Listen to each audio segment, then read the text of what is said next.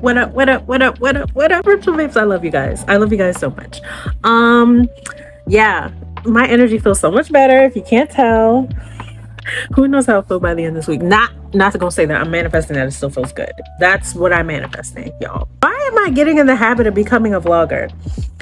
The thing is, let me tell you why. Because I've noticed that I mainly watch vloggers because I get to see everything that they encompass in one video. Like, they'll show it all. They'll show the skincare as far as the influencer brand part. They'll show their special interest as far as, like, for me, it will be like art and fashion. They'll show the fashion, the hauls, and they'll show like their life updates. Like, you get all of the videos that would have been separate in one video. Oh, I didn't mean to knock my glasses like that. I might owe in responsibility. I owe the responsibility to y'all. And I always put polls on my community page because I like for us to actually be a community and let you guys know that I know that we're all in this together. And this is, even though the platform is through me, like, it's all of y'all through me. Like, that's what it is. So what I'm trying to say is, I am asking you guys, how would you feel if I transition more into becoming a vlogger? That way you can see everything in the vlog instead of dedicated videos. I just feel like my dedicated video era is coming to a close. But I don't want to say that because I am a person who has ADHD and my passions go everywhere. So I might say this today and then tomorrow I'll be like, oh, I have a series. The only series that I could see currently being dedicated to at least a video a month will be my movie analysis series, because I have so many movies, so many thoughts. I have the scripts ready to go. But vlogging is just easy. It's easier to show you everything that I want to show you guys without having a dedicated video. And then if I do the vlog and you guys want to see something more in depth, I can do a video from that. Like, how do we feel about that? I want to talk to you guys about it and be honest before I just transition the vlog, because I know I hate that when I follow somebody for a reason, and people are allowed to grow and change, but I follow somebody for a reason and they completely abandon that reason and then don't say anything. You know what I mean?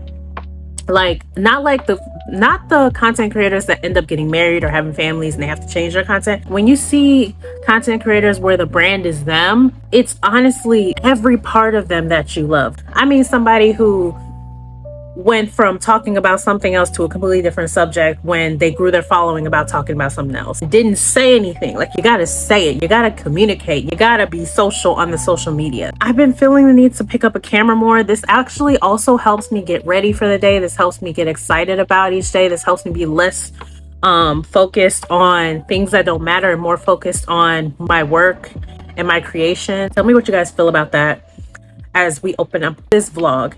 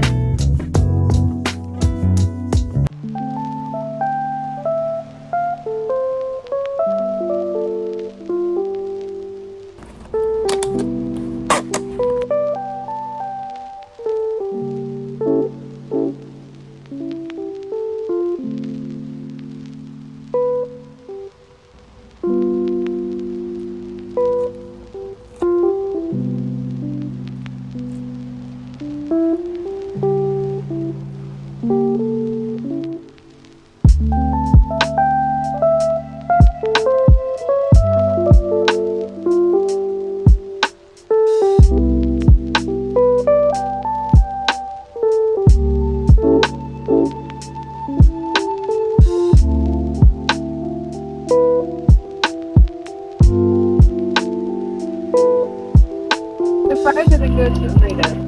36.64. Okay. No, I'm like, which one should I grab? Thank you.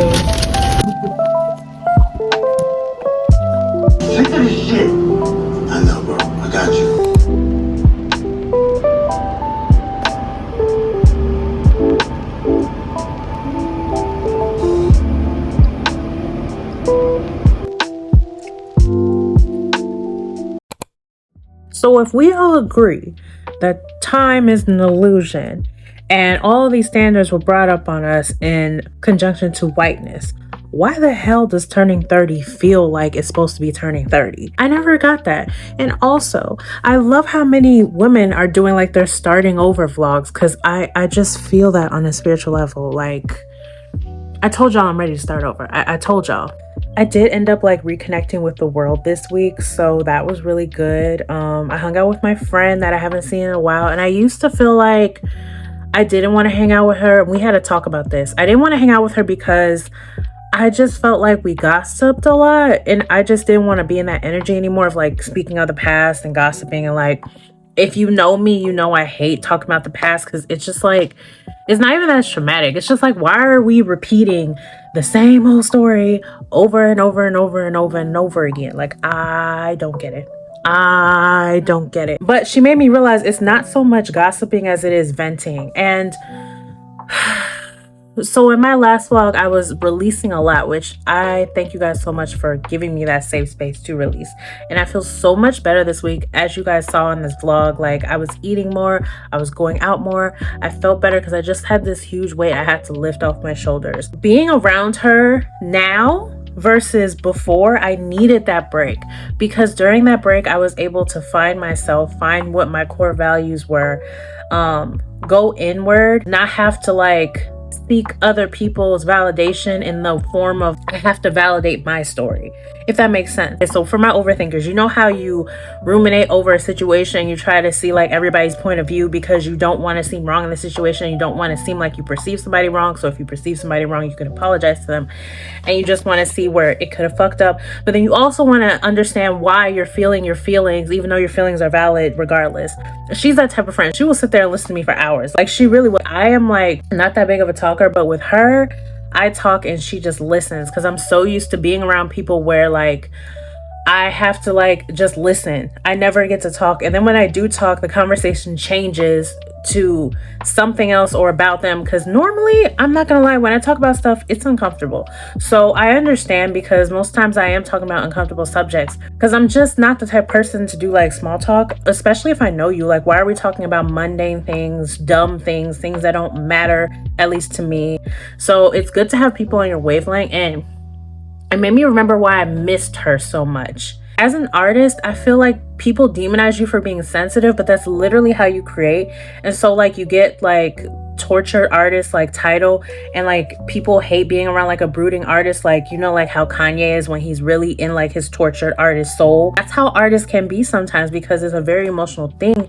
You're expressing yourself from the inner out. I learned to love the fact that I'm sensitive, and I learned to love the fact that I'm self-aware. But there is sometimes where you can become too self-aware, and I've seen that like put people in like a spiritual psychosis, and that's what happened to me. But now I'm realizing it's not. It was more like an initiation. I can speak about that in another video if you guys want more about spirituality. That's just a long topic. Basically, I love her because she never makes me feel bad for the state I'm in. She never makes me feel bad for how much money I have. She has not attached my worth to what I can do for her. And if I ever felt like some type of way towards her, I can have that conversation. I used to think it was hard for me to have conversations with people, and now I realize it's hard for me to have conversations with people who are committed to misunderstanding me and committed to making me feel like I'm in the wrong. And the crazy part about it is I will always be the one to try to see every side of the situation and apologize.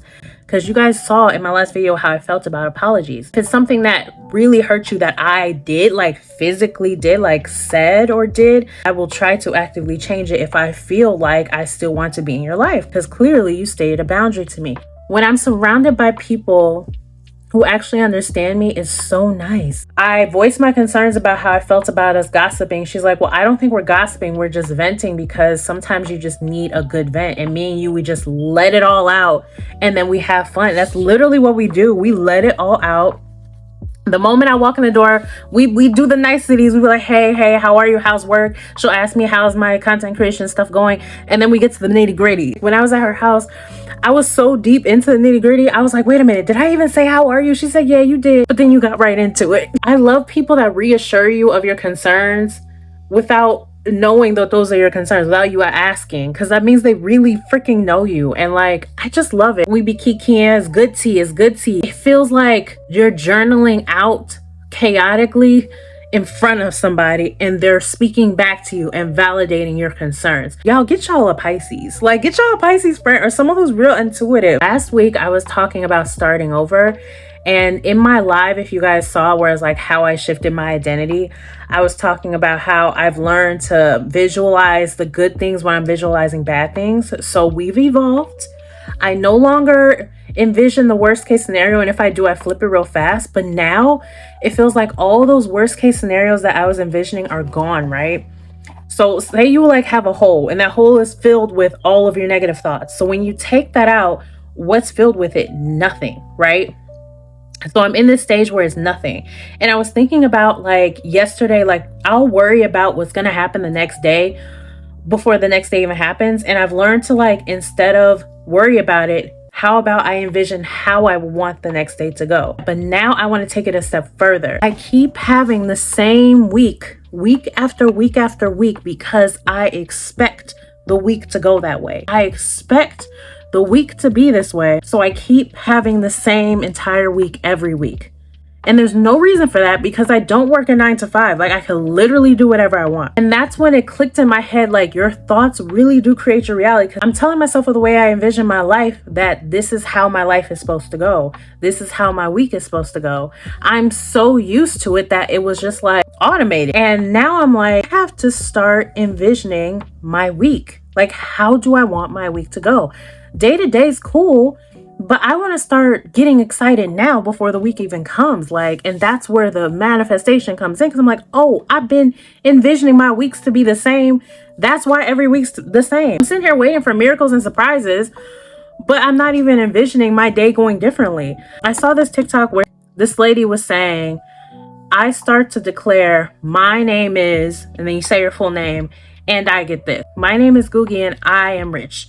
My name is GOOGii and good things always happen to me. My name is GOOGii and I received so many orders from my Etsy shop today. By the way, link below if you want to buy a print or a sticker. My name is GOOGii and I get hella subscribers, which, oh my gosh, you guys, the subscribers, I love y'all. Anyway, I wanted to take it a step further because now I'm getting to the point where my days are starting to be amazing and are starting to be good. And that's because I started to say to myself, my life is bliss, my life is peaceful. So the affirmations are working. Okay, girl, time to dream bigger. We're not just going to envision our days. We're going to envision the whole entire future. So now I say, I expect X, Y, and Z. Because now I'm saying to myself, I know that's going to happen. I expect to receive money.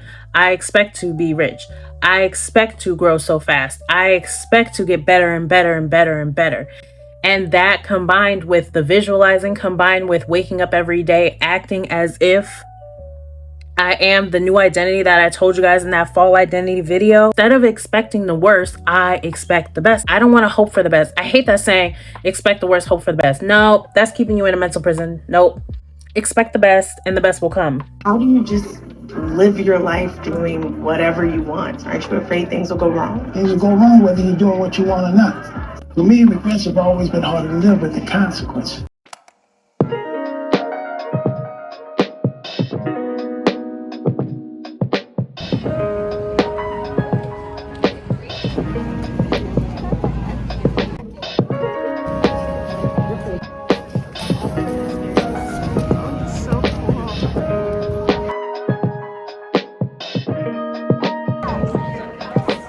Okay. Oh, so this is your thing now?